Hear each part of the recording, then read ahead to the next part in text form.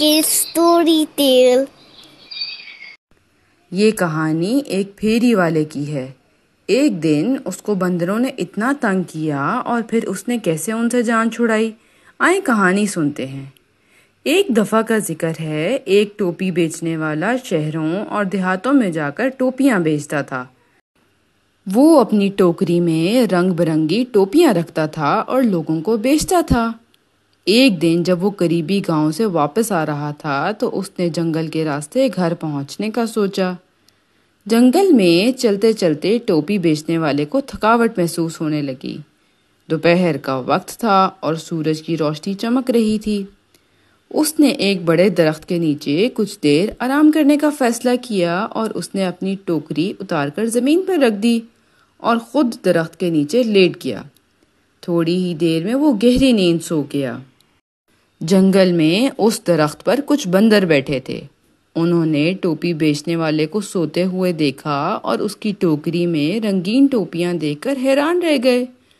بندروں کو کھیلنے کا دل کیا تو وہ آہستہ آہستہ نیچے آئے اور ٹوکری سے ٹوپیاں نکالنے لگے۔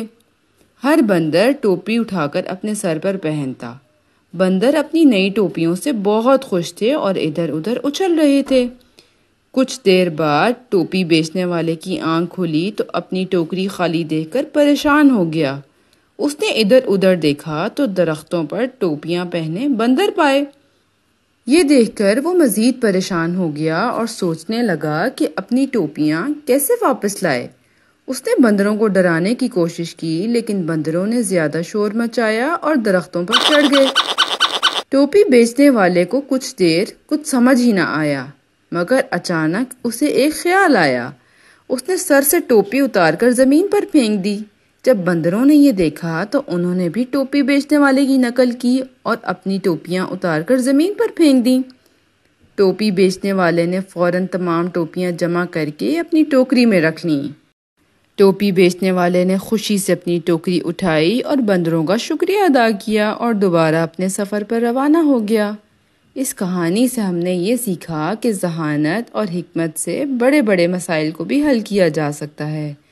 بعض اوقات مشکل حالات میں بھی ہوشیاری اور ذہانت سے کام لینا زیادہ فائدہ مند ہوتا ہے۔